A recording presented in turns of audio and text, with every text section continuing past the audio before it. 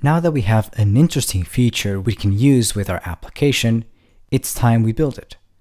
After all we have is a series of tests that revolve around isolated services. It's time we bring up the user into the equation.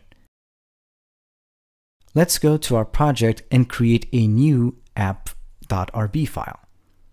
This app will require the entire Courier application, which will be used by the Courier binary. This one right here.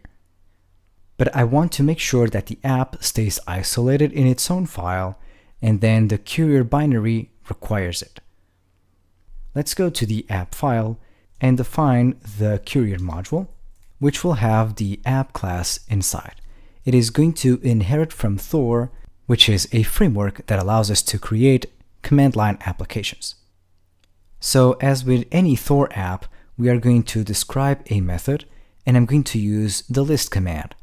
I'm going to create it, so I'll pass a description to it. Lists all emails and folders. This is just so any user that wants to access help for this command, you can type something like Courier help list.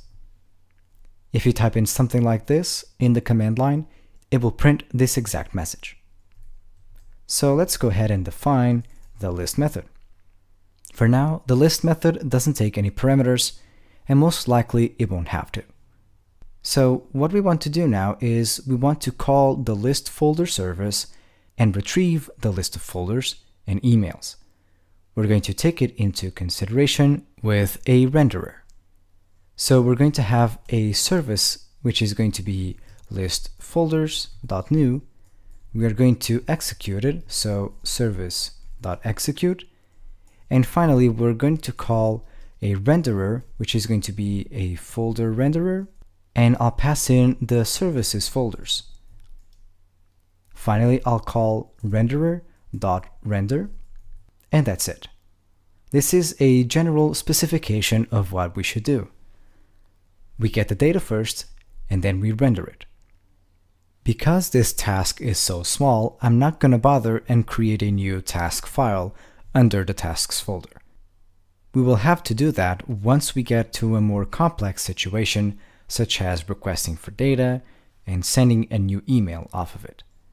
But for now, let's stick with this simple concept. Retrieve the data and print it. So for the purpose of testing, I'm going to create a new mapping, which will call the clear command and run bundle exec courier list. This is going to invoke the gem as it is according to the bundle. And I'm just going to call the list command. That's all there is to it. Now, this command will invoke this very file. I'm going to open it so you can see. I'm going to require the entire courier gem, and I'm going to call courier app.start. And I'm going to pass in the list of arguments that comes as argv. And that's all we need to do regarding the binary. We require everything and call the app. Now we can focus on the actual app itself. Let's run the application, as you can see, and it will most likely throw an error. Courier app is not initialized. It is not referred in the big courier.rb file. We're going to have to require every single model and service inside here. So I'm going to start by requiring courier models email, then the folder, so I'll replace this with folder, then the services, courier/services/fetch emails, and also the list folder service. Okay, we're also going to have to require courier/app. Let's see if it works now. Let's go ahead and do that. Thor is not initialized, so we're going to have to go to the gem file and bundle the entire thing. There you go. We have Thor in there, so let's try it once again. We still don't have Thor, and the reason for that is we need to require every single thing in the binary. I'm going to do that here because there are other places where we require things from bundler, such as the tests. So I'm just going to call require bundler first, and then bundler.require. Let's run the tests again. And this time, you can see that the disconnect method is being called for a nil.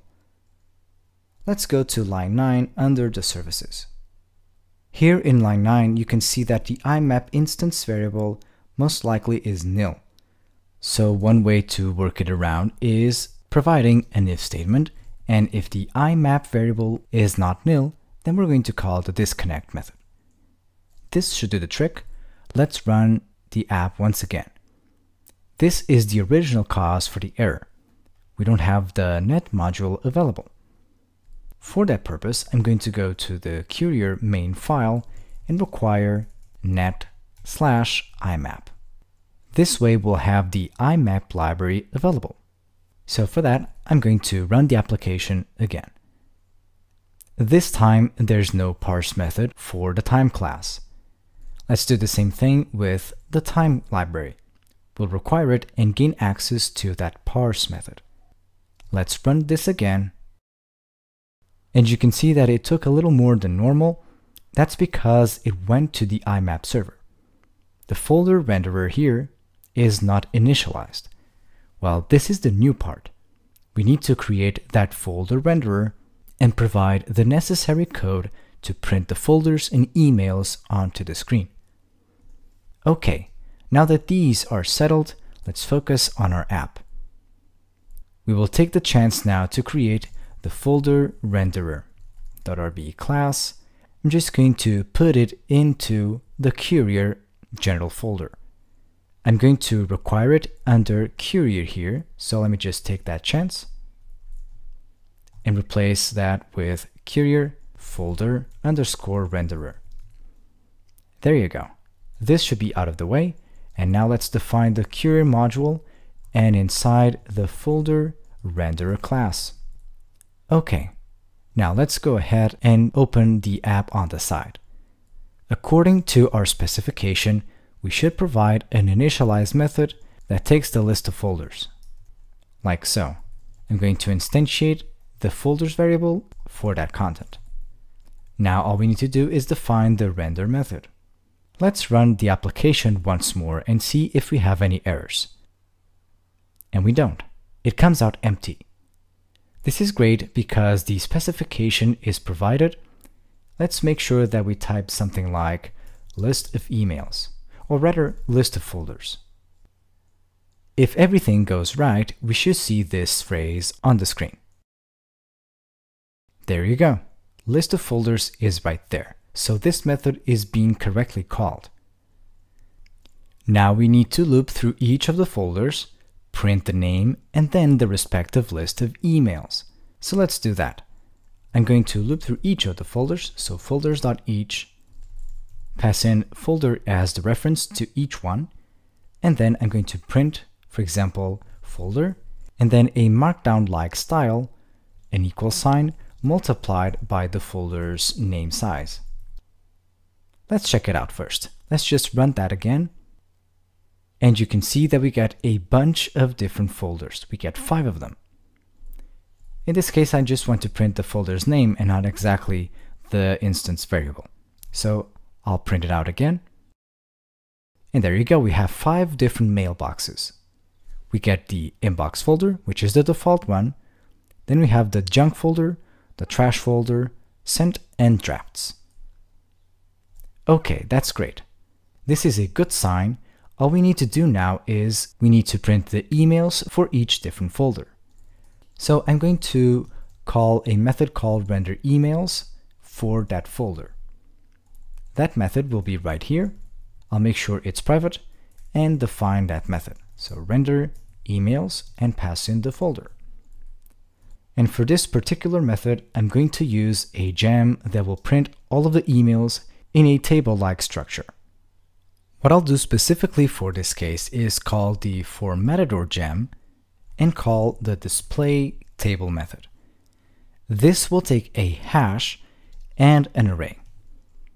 The hash will contain many different symbols for keys and the respective values, and the array will contain the amount of symbols that will make up for the keys. So for example, if I want the from header to subject then sent at, then it should be good to go. This is important because we might have more information that we need to, at least at the time, but once we get to change and, for example, remove some columns or add some new ones, we just need to update this array. If new information is to be added into the hash, then we just manipulate the hash. In this case, the hash is going to resort to an emails hash from the folder class. So let's open it up and create that method. So let me just define that.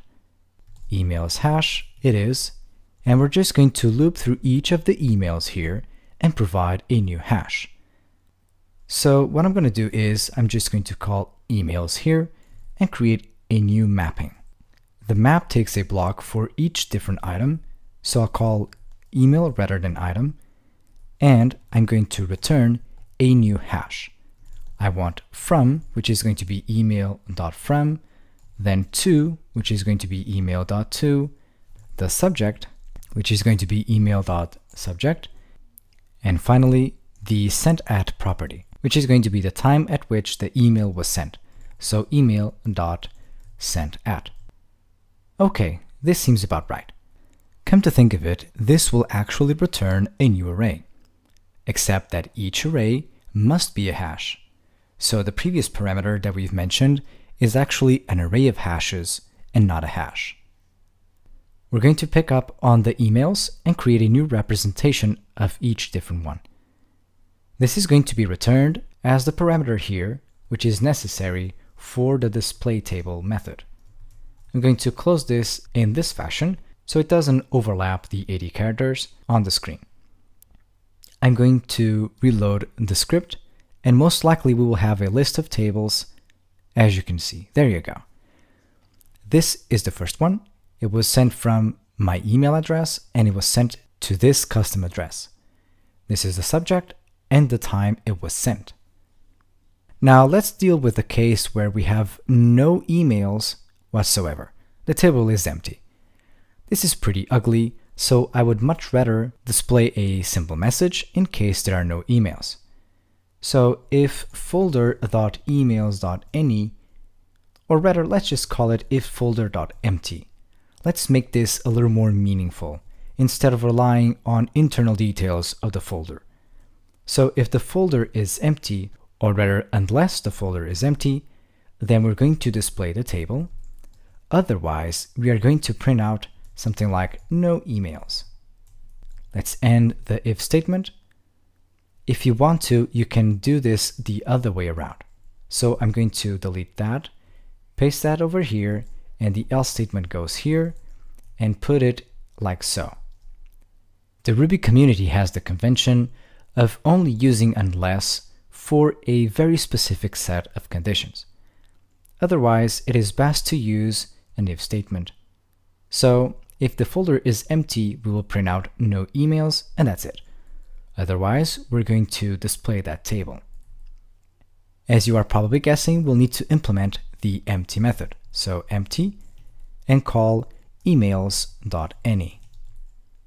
That's all there is to it. Let's run the script again. And there you go. Unfortunately, we have this the other way around. Let's just go here and double check this. This was supposed to be emails.any, but the other way around, if there are not any emails. So let's run the script again, and hopefully we will get a table for those folders that actually have messages, and for the other ones, we don't have anything. We get the no emails message. That's great. We have successfully built our first task. If you want to, you can pass in double new lines so we can get just a little more space. There you go. Also, if you want to, you can go to the name and call in the colorize method available in the colorize gem. If I type in something like, for example, the green symbol, it will print out the title in green, and there you go. You can do the same thing for the underlying equal signs. There you go. Let's run the script again, and we will see both lines in green. There you go. Awesome. So that is it for our first integrated task. As you can tell by the length of the video, this was not really that tough a task. All of the important stuff of managing the connection between the client and the server was already taken care of with tests and our services. We only had to handle the view part, the renderer, the way we handle our data to be printed out to the screen. Now is the time we consider sending an actual email. We're going to ask for some input from the user, and then we're going to send that email. But first, let's make sure we just get that data created inside the script and just handle the part where we communicate with the SMTP server. So I'll see you soon.